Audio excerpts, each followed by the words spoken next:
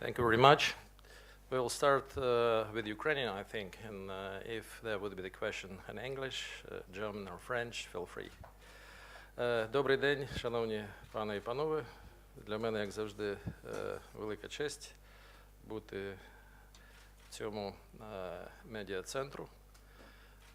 Хотів би дуже коротко привітати всіх нас з тим, що народ України ще раз виявився наймудрішою складовою частиною нашого суспільства. Він на років 10-15 випереджує наші політичні еліти по мудрості. Він дав можливість в першому турі обрати президента в той час, коли країна знаходиться у стані війни. І цим фактично дав основний поштовх для легітимізації української влади як всередині країни, так і за кордоном. Значно підсилив нашу міжнародну безпеку, але в той же час просто дав перший крок для зміцнення влади всередині країни. Далі все буде залежати від президента. І то, яку команду, яку стратегію, який план він зможе в найближчий час запропонувати. Але тенденція дуже позитивна. Вона, безумовно, є обмеженою в часі. Історія, вона дуже коварна штука. Хочеш, вчи її, роби з неї висновки, і вона тобі допоможе побачити майбутнє. Якщо не будеш вчити історію, в тебе жодного шансу нема виправити помилки, тоді очікуй нових майданів. Хочу ще сказати про те, чому тричі Україна фактично була на краю того, що в нас почались елементи повномасштабної громадянської війни в нашій історії. Фактично люди прагнули завжди одно і те ж. Вони не хотіли миритися з тотальною корупцією, вони не могли миритися з тим, що хтось спробує в Україні побудувати прихований авторитарний режим. Ніколи для українців формула «Бог, цар і вітчизна» не була нашою національною ідеєю. Якщо говорити про нашу національну ідею, я дуже сподіваюся, що мені вдасться цього літа свою особисту точку зору з цього викласти. Майже відсотків 40 я вже це зробив. Наша національна ідея в духовному вимірі відрізняється від наших сусідів. У нас також на першому місці є Бог. Але посередині замість царя у нас дві основні складові – особиста свобода і родина. Це для кожного українця найвищий пріоритет духовний – свобода і щастя своєї родини. І замикає також батьківщина.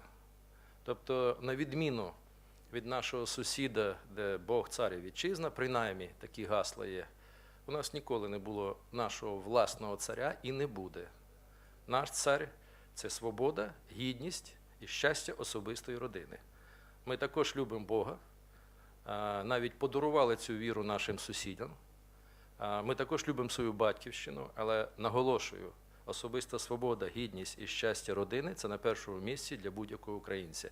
І різнимося ми ментально з ними точно так, як українська хата відрізняється від російської ізби. Шанс величезний, але зараз перед новообраним президентом стоїть дуже непросте завдання. Боротьба з корупцією, відновлення правоохоронної системи, яка була фактично зруйнована, відновлення правопорядку і встановлення верховенства права однаково для всіх, чого в нас, на жаль, майже всі 20 років не було зроблено тотально для всіх громадян. Сподіваємося на краще, але ми знаходимося, на жаль, все ще у стані війни. І історія ще вчить. Є певний навіть одинаковий для всіх країн фреймтейбл по часу вимір в 100 днів. В 100 днів дуже багато все прощається переможцю. Але після 100 днів люди починають питати з переможця, а які конкретні зміни, які справи були зроблені відносно того, що очікували. І отут головна проблема. Треба пам'ятати вічне писання. І по справам їх судити будете. А тому в цій країні четвертий президент, він довго керував країною, але так не зрозумів, ким він керує, яким народом керує. Його фінал був жахливий і для нього, і для українців. Але в цій країні майдани можуть відбуватися завжди, коли народ побачить, що влада не працює на ці основні 4 гасла, які я сказав. І буде спроба відібрати особисту свободу, і буде спроба знищити родину особисту жахливими умовами для її існування в країні. Отже, будь ласка, які є запитання, я радо дам на них відповіді. Колеги, чи є запитання? Question from the Los Angeles That's Times. okay.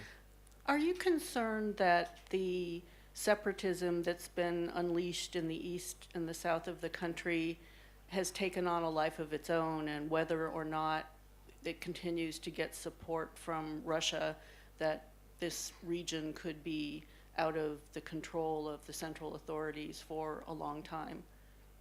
Thank you very much. Very important question. The problem is, I would start, we have 2 news. One is good, one is bad. The good news is that we have legitimate president in the country, and we have taken out the main sword of our strategic opponent and the Russian government, that there isn't legitimate power in Ukraine.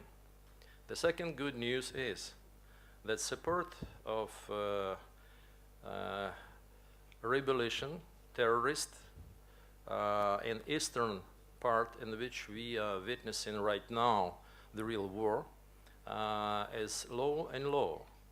By my information, about 80% of population in Donetsk and Lugansk are extremely tired with disaster which were brought outside the border and initiated over there. You know, honestly to say, of course, we are historically mentality a little bit different, let's say western and eastern part of Ukraine, but we are the same with our goal main one, to have the proper level of life, security and democracy. Only in eastern part, especially in Donetsk and Lugansk, the propaganda from the Russian Federation was so skillful that basically the feudal system of rule which existed until now in these regions was changed by fleeing out of the country master lords of these regions. Vertical system which were built in this feudal ruling still exist. And these people in these 2 regions were misleaded in understanding of real their problem. We have the same problem. And the East and West, our problem is corruption, collapse of law system, of jurisdictional system, lack of rule of law, and we are the same wanting to change this. Only in the west and central part of Ukraine there was revolution of dignity, and this is civil society to understand we must change the system. In the eastern part of our country, this is hard workers. For them, just to have the job, to have the salary, and to have stability in this sometimes it's the main priority. Plus to this, they didn't see in their life a single time the real democratic ruling. And misled by the propaganda from the Russia that in Kiev there is fascist, Nazist, which wanna came to them to destroy even ability of them to work, because a lot of ties of these regions really in industry are connected with the Russia. And they use all the time these propaganda tools that without connections with Russia, they will not have job, They will not have anything. Bad part of our problem that our central government doesn't properly work all this time with this population, explaining them that our goal the same. We wanted a better life. We wanted to destroy the authoritarian system of ruling. We wanted to enhance the rule of law and democracy. But I explained what does it mean democracy. You see, right now, the terrorists and especially the war tourists, which more and more are penetrating from the Russian Federation on our territory, they acting on their own and less have support from local population. But this local population listening radio of Donetsk People Republic, and sometimes in the villages there's only one source of information. This is local radio. TV station mostly are showing pictures from the Moscow, and on these pictures this is just information war and lie on which on all the pictures so many soldiers of Ukrainian army were killed by the right sector, or fascists from Kiev killed the innocent people. And sometimes this is the only one source what they have. And the local government, let's say village level, county level, no one work with them from the central government. They are just waiting and not doing anything. Good part of story additionally is that more and more our soldiers from the National Guard, regular forces, which are on the block posts over there, they're very motivated, more and more equipped. It took a lot of time. I'm completely unhappy for 3 months which were needed for this. But at the same time, we crucially need the local support for our servicemen. And this is central government which was to support this communication, their support and so on. That is, right now there is the great deal of hope that we will change situation strategically in our favor, but all depends how fast a new president might create the real team, strategic level team and power ministers, which at last to start professionally deal with this problem in our two regions. Because, let's say, you might take the military manual of Army of United States 2006. There is all prescribed how effectively to lead the war anti-insurance movement. And first of all, this is proper intelligence. The secondly, this is support of local population and aiming not to destroy the, let's say, terrorist and insurance, but to make more secure local population from them, separate them, and to make main goal on secure local population and have support of them. And finally, this is information work with this local population. That is all it's supposed to be led by the general staff, by the way. Even by our law, when we, let's say in March and in May, enhance presidential decision of recruiting in the army additionally by our law 1993 on recruiting. This is automatically, we in the country, this is special term, особливий період, the special period, military special period. And the military special period on law on defense of my country, it's supposed to be created, the Ставка Верховного командування, military headquarters, and general staff supposed to be the part of this system. What does it mean? It doesn't mean that on strategic level, this is general staff and all law enforcement agencies, intelligence agencies, local government facilities supposed to make strategic plan how to make territorial defense. And it's supposed to integral work of military, of law enforcement, of intelligence, and local government to separate unsecure zone from secure zone, to close the borders, and to increase secure zone and to destroy unsecure zone. But main priority, this is protection of local people and making them alive. By the way, in some way, this is also two-part, good and bad story. Bad story that until now, personally, I don't see the strategic level staff which coordinate on this. And unfortunately, all our casualties, especially 61 mechanized brigade, it's awful. It's awful just to send young men without intelligence, without support, without the plan how, in the case they will be in the siege, how to support them quickly. It's awful, and this is for me just confirmation that we, on strategic level, don't have this staff. But good part of story that our people once did show for all the world that Ukrainians really very special. We tried our best. Casualties among the civilian population, any casualty, it's very, very sad. But this is very low profile. We didn't act like Russian army act in Chechnya.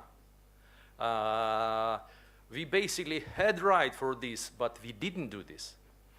But finally, I really very, very optimistically cautious. I think that with the new president, with the commander of chief, new one, we might see the new professional faces. We have a lot of them in Ukraine. We have a lot of reserve. We will change dramatically and strategically the situation. Because our strategic opponent and adversary right now, which leads war against us, he also right now for several days, maybe for several weeks, will look for the situation. If there wouldn't be strategic initiative from our side, this is just the logic of any war. He will advance. And once again, this is government and Kremlin. They will go so far in Ukrainian question as our government will permit him. Thank you. Я уточню в цьому місці. Вікіпедія каже, що з квітня 2014 року ви є радником президента. Ви висуваєте дуже багато пропозицій. Скажіть, чи бачите ви втілення і перспективи втілення цих пропозицій зараз швидше, ніж це робилося раніше? Дякую за таке запитання. Про те, що я був призначений радником президента, я дізнався з засобів масової інформації. Дійсно, я мав декілька зустрічей з секретарем Ради національної безпеки у складі експертів високого рівня, які називали. До цієї групи експертів входили генерал Марчук, пан Горбулін, генерал армії Кіхтенко, генерал-лейтенант Скібінецький, генерал-лейтенант Скіпальський, генерал Прокоф'єв, я. Майже тричі рази ми були з Секретарем Ради безпеки з початку самої кризи. Кадри вирішують все. Тобто наша пропозиція, ми фактично стояли за те, що негайно повинні були призначені ще, коли ми не втратили Криму, міністром оборони генерал армії Радецький. Ми пропонували першим заступником міністра внутрішніх справ, відповідальним за силовий блок Міністерства внутрішніх справ, внутрішні війська і Національну гвардію генерал армії Кіхтенко. Ми пропонували негайно утворити об'єднаний комітет з питань розвідки при президентові, об'єднавши ці функції з головою служби зовнішньої розвідки для координації служби зовнішньої розвідки, воєнної розвідки, прикордонної розвідки, радіоелектронної розвідки і контррозвідки, фінансового моніторингу, для того, щоб в одних руках отримати всю інформацію і відповідно діяти. Ну, маленький приклад. Якщо б це було зроблено, то що ми бачили, наприклад, в Одесі. В Одесі фактично антидержавні елементи, вони зібралися миттєво за допомогою Фейсбуку. Ми знаємо, як робити, якщо треба, що просто в потрібний час, в потрібному місці, на певний час Фейсбук перестав працювати. Але для цього треба, щоб під час бойових дій в одних руках була така можливість технічна, і це були відповідні державні люди. Тобто, на жаль, всі наші пропозиції, які ми давали, жодна з них не була втілена в життя. Я двічі зустрічався з виконуючим обов'язки президента. Принаймні, те, що ми пропонували, на жаль, до цього часу воно не було втілене в життя. І я все розумію. Я не хотів би зараз критикувати дії влади, яка принаймні зробила одну дуже важливу річ. І за це ми повинні їй бути вдячні. Ця діюча влада, вона зробила шалені помилки в кадрових питаннях, особливо в силовому довгі. Тут знову за себе говорить все не слова, а діла. Як можна було призначати міністром оборони морського офіцера, який в своєму житті командував одним кораблем, коли треба було розгортати армію? Я не говорю про керівництво розвідувальних органів. Де розвідувальне забезпечення нашої антитерористичної операції? Попадання наших військових в засади. Весь час ми втрачаємо темп. Да навіть за цей час, за цей період, коли я був призначений, як ви говорите, радником, я був у Вашингтоні, я був в Брюсселі. В Вашингтоні мені задали питання. В Конгресі Сполучених Штатів, принаймні двічі, на той час, коли я був, керівник воєнної розвідки давав брифінг, це транслювалося по каналам всіх, стосовно конфлікту Росії і України. Керівник центральної розвідки коментував ці події. Чому у вас, де ваші керівники розвідок, де вони, хто веде бойові дії? Це дуже важливо. Принаймні, скажімо, коли ми в Організації Об'єднаних Націй захищаємо свою позицію, і дуже, до речі, сильно захищає цю позицію наш представник, але факти вирішують все.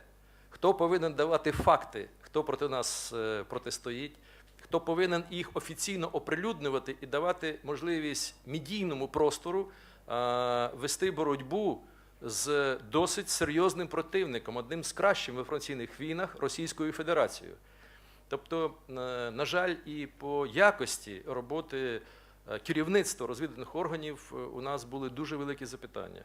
Я вже не говорю про те, що ми також ставили, ця група радників, і запитання стосовно того, нові керівники силового блоку, особливо правоохоронного і спеціальних служб, вони говорили про те, що у нас все зруйновано, у нас п'ята колона в кожному відомстві. 3 місяці – це великий термін для того, щоб суспільству пред'явити, хто ж це п'ята колона. То, що збіжали керівники, це не колона. Це керівники збіжали. І, до речі, я вам скажу, це були політичні призначенці, непрофесійні люди. Візьміть, хто були міністром оборони в нас. Вони в житті не командували ні з'єднаннями, ні... Наш голова Служби безпеки, який втік, його вишкіл як оперативника, він льотчик. І працював в Службі безпеки раніше на посадах тилового забезпечення. Тобто, будь-який керівник, він коли приходив на цю посаду, та не він грав основну політику. У нього був кабінет, а під ним були підлеглі. І питання, де ці п'яті колони? Де, припустимо, ті, хто керували воєнною контррозвідкою і контррозвідкою України за часи Януковича, які дозволили, щоб у нас іноземні громадяни керували Міністерством оборони двічі, щоб дозволили втікти ведущим секретоносіям із держави. І до цього часу суспільство ще не почуло, де ж ця п'ята колона. Більше того, багато з тих, хто в ті часи виконував ці якраз функції, вони до цього часу радники високого рангу в цих силових структурах. Як, коли колона не ідентифікована і не почищена, можна очікувати, що система почне боротися з новими викликами? Тобто, ми чесно зробили, наша група консультантів, що ми могли, ми робили. Ми розуміємо складності діючого уряду, складності в тому, що це була коаліція. І порушення цієї коаліції, як нам пояснювали, воно руйнувало єдиний колегіальний, легітимний орган держави – коаліцію у Верховній Раді. Я не хотів би зараз далі поглиблюсь на цьому. Можливо, можна було більш ефективно працювати. Але давайте поставимо в залік те, що ми провели вибори, а інша історія дасть свій вимір. І вона повинна це дати, тому що ми втратили територію. Втратили територію, поки ми не відповімо також по кожній хвилинці, діючи бездіяльність відповідних урядових установ на те, що ми втратили територію, ми не приведемо систему в робочий стан. І в нас жодної запоруки немає за те, що ми можемо втрачати території далі. Добре, дякую. Будь ласка. Yuri Yakub, CCTV. Could you please tell us, based on your assessment experience, how intense, or it's better to say more intense than it is right now, and for how long are these armed confrontation in East going to be?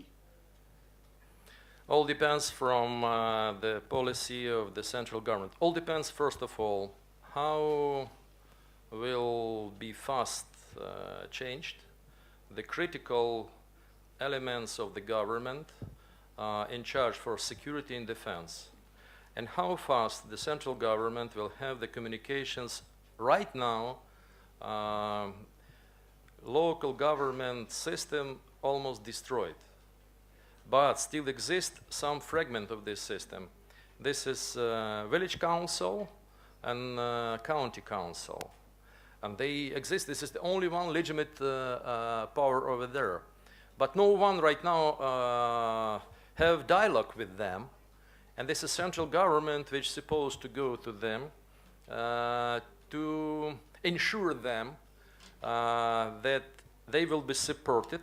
This is in their benefit to stabilize the situation, but there's supposed to be dialogue between them. And first of all, central government supposed to understand we need to fight with terrorists, with outsiders, with the special group or special forces of foreign country, and we need to separate them from the local population, and we can win the mind of this local population only in dialogue, only telling them, listen, we have the same enemy. Once again, corruption, authoritarian regime, destroying law system, and absence of rule and law. And this system supposed to be reloaded once again. Elections, only one way, elections. Even here in Kyiv, the president, he said, we need pre-term election of the parliament. And this is true, because this parliament is also politically responsible for the blood in Kyiv and in the country. This parliament tolerated, basically abused of the constitution by the President Yanukovych in 2010. Unlawfully, system was changed, and dictatorship was enhanced in one hand. And that is, first of all, we need to explain to the local population and on these two regions, we are supposed to reload this system in Kyiv parliament, and you supposed to elect those to whom you do believe. And this is not fascist regime here, not nationalist regime, the All-Ukrainians. This is just propaganda from Russia. And forget about that Russia will take care about you better than you might take care about yourself. You know, one phenomenon that in Donetsk region, they really think that they're sponsoring the national budget. This is almost $3 billion every year central government support the local miners. 180,000 of miners depends from the budget from Kiev. Who will take care about them? That is dialogue, informational work, organized work, and explanation that we really wanted to build democracy. You know why we will win with Russia? We will win. I'm this sure. Just take historic example of separation of Germany. To Germany. One went on democracy, by the way, with the help of Europe and United States. If there wouldn't be Marshall Plan, if there wouldn't be strong American presence on territory of Germany after World War II, if in Germany would be in the offices of the 1941 old Hochleiters, there would be monuments of Hitler on the main streets of some main cities. I'm not sure that Germany would so soon become democratic, stable, economically powerful state as it is right now. But it was done. And compare East Germany and West Germany. You remember Berlin War? When we will build here democracy, when we will increase here level of life, quality of life, there would be really protected dignity of the citizen. This is not only Crimea. I think many in Russia would like to be Ukrainian citizen. And that is why, by the way, this aggression from Russian government right now against us, because to the border of Russia came Euro-Atlantic civilization. This is civilization move on the border. And in Russia, the system of governance completely different. Thank you. Thank you very much. We should finish. This is the last question. Roy Gutman of McClatchy.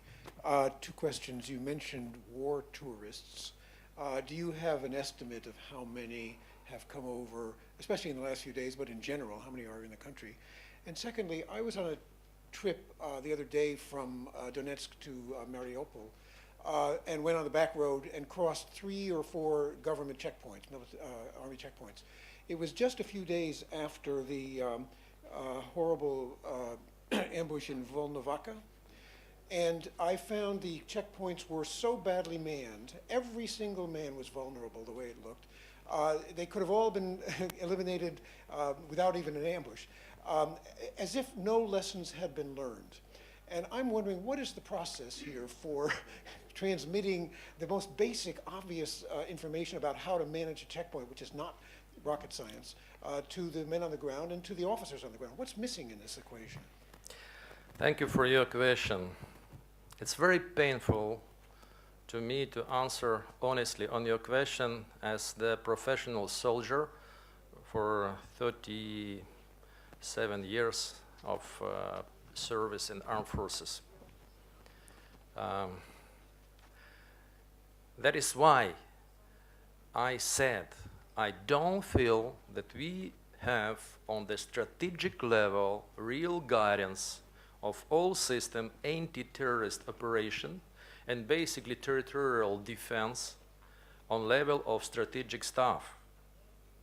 Even I mentioned the field manual United States Army 2006. This is Army which conducts this, but not the security service. Right now, we have the strange situation. We have closed executive order of the president, previous one, about the anti-terrorist center by the Security Service of Ukraine. And formally, this is the General of Security Service who is in charge for this. But we see that real communications, cooperation, coordination doesn't exist on the level between Security Service, Ministry of Interior Affairs, Border Guards troops, and especially the army. That is why these checkpoints, sometimes these checkpoints might be for the different ministries. I'm not sure if there is, even between them, I'm not sure, I don't know, honestly, but I'm not the part of the government. I'm advisor officially, but I have right to advise. They have right not to listen my advice. Okay, and I'm not sure if there is the proper secure communications between them. All this might be provided only by the general staff. And listen, in the United States, can you imagine that anti-terrorist operation might be led by the FBI? Let's say in 2 states of United States would be something like this. And FBI would lead this operation when there would be participate the Army, National Guard, Immigration Service, and so on. This is nonsense. FBI very limited his responsibility, just like the SBU Alpha. It's very small unit. This is only for the determined terrorist in particular place on particular time. But the main supposed to be led by the army. Army supposed to protect the border. Army supposed to have coordination between the checkpoints. Army has aviation. Army have other tools which might be coordinated together and with the special forces of security service, let's say FBI and America, might be subordinated on particular operation, but only when we know for sure this is the cell of terrorists. We enhancing minimum casualty among the others. And professionally, first of all, it's supposed to be planned operation. Number 1 priority for intelligence. Number 1 priority for communications with protection local people and act professionally in particular place, particular time, having in the plan A, B, C, D, and signed. I'm not sure even right now if there isn't formal documents signed and executive orders. I'm not sure, but I doubt. Let's say my grandfather was killed in October 1941 near Kaliningrad. All we had in my family, this is a small piece of paper that без вести пропавший disappeared without the knowledge. And when I was chief of military intelligence, I asked my attaché in Moscow just to go to archive and to try to find more details. And just imagine, World War II, October 1941, German army advanced. And in archive, it was executive order, and it was even in archive the list on very, very bad sheet of paper, but signed by first lieutenant, signed the family of those casualties during this battle. And these papers were brought to archive. Right now, I'm not sure, I don't know, but I'm not sure. But this is also a very dangerous thing, because the commander, which are sent in, let's say, and 61st Mechanized Brigade, these young guys from Volyn, which were killed, this is obvious. There wasn't proper intelligence support. There wasn't proper planning of this, even movement of this column. And in every war, this is court martial, which is supposed to look for this. This is military counterintelligence supposed the first to start to work. Why there wasn't intelligence support? Why there wasn't plan? Why there wasn't point B, C, D, and executive order of marching of this column? But if there isn't papers, and moreover, I would tell you, maybe for you it will also strange even to hear. You know that the military counterintelligence, until now, this is not the part of the army. This is part of security service, of secret police. Can you imagine in the United States or in Great Britain that the military counterintelligence would be part of police or FBI? What your servicemen would tell about this? This is just anachronism of the Stalin period. By the way, when I was chairman of security service, I took the service when military counterintelligence were spread on the local offices of security service on the regions. I collected them together in one directorate and signed by the president Kuchma, agreed this Minister Marchuk to at last transfer the military counterintelligence to the Ministry of Defense. But it was done after the Orange Revolution. All papers were prepared. It's also curious for me, because in every European country, NATO country, you will not find this anachronism when the secret police overlooked for the army. What you wanted to have from the army, which doesn't have own tool to protect itself, and penetrated by another agency, which doesn't have the same goals when the army aim, and let's say sometimes this is just destroying the army. Thank you. Yes, I don't know, of course, official answer on this, but I can guess. This is several thousands. Thank you. Останнє запитання, будь ласка. Тут, мікрофон тут. Мікрофон тут. Доброго дня. Доброго дня.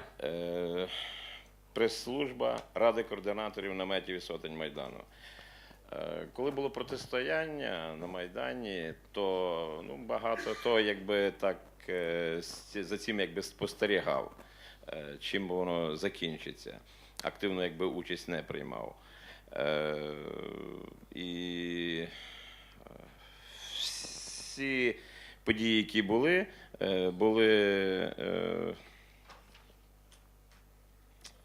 це були результатом тих активних людей, які стояли на самому Майдані. Зараз приблизно подібне стається. Велика частина теж спостерігає, як вийдуть з цього положення ті активні члени цих подій. Що ви самі можете, яким чином ви можете вплинути позитивно на цю ситуацію, щоб не відійти від такої сухої констатації факту, який спостерігається на теперішній час? Дякую за запитання. Я кадровий офіцер запасу, який знаходиться в приватному житті з 2005 року, з лютого.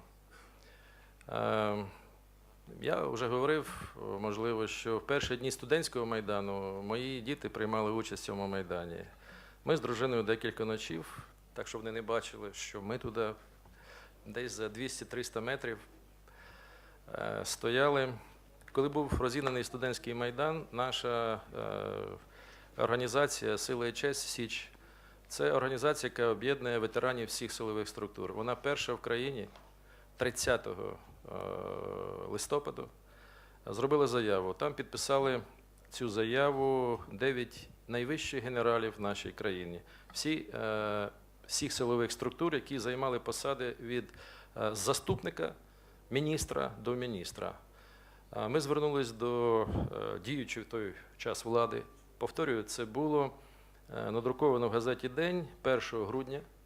Ще коли жодна з політичних сил, яка завдяки Майдану стала правлячою, навіть була присутня на тому Майдані. Студентський Майдан їх не пускав. Ми звернулися до діючого уряду, і навіть назва нашої заяви була, що те, що ви зробили, це національна зрада. Уряд зробив крок, який вів до громадянської війни і розпаду нашої держави. Були дзвінки, повірте, з самого високого рівня до мене, до наших колег. Там були шоковані також, бо рівень, якщо ви піднімете архіви, побачите, хто підписав цю заяву. Під час Майдану ми робили все можливе, але особисто ніхто з вищого генеральського складу він не приймав участь в бойових діях на Майдані. Після цього було ще 3 наших заяви. Ми хотіли звернути увагу до діючого уряду і до тих силових структур, і звертались до керівників цих силових структур, пояснюючи, які наслідки це буде вести. Фактично, після того, як Майдан завершився, Все, що ми зараз робимо, я вам розповів. Ми відразу сказали, уряд, який є, у нас іншого нема, ми готові допомагати. Ми радили по всіх елементах, і в першу чергу ми радили, кого потрібно поставити із безпартійних професіоналів. Фактично ми виступали за те, що повинен був сформований технічний уряд на 6 місяців. Безпартійних професіоналів, які були не зв'язані з жодними політичними партіями і які були готові підписати заяву про те, що вони після 6 місяців ідуть з політики, не обираються до жодних партій. Але все, що у нас було, це слово. Крім слова, у нас нічого зараз нема. Безумовно, будемо радити. Слово – це дуже багато, бо спочатку було слово. Ми будемо допомагати активно, як тільки можемо. Але повірте, що це всі наші можливості на цей час. Впливати на щось можна тільки маючи відповідні об'єктивні можливості впливати. Поки у нас тільки слово. Дякую. Дякую велике за ваш брифінг сьогодні. Дякую за запитання. Дякую. Успіхів.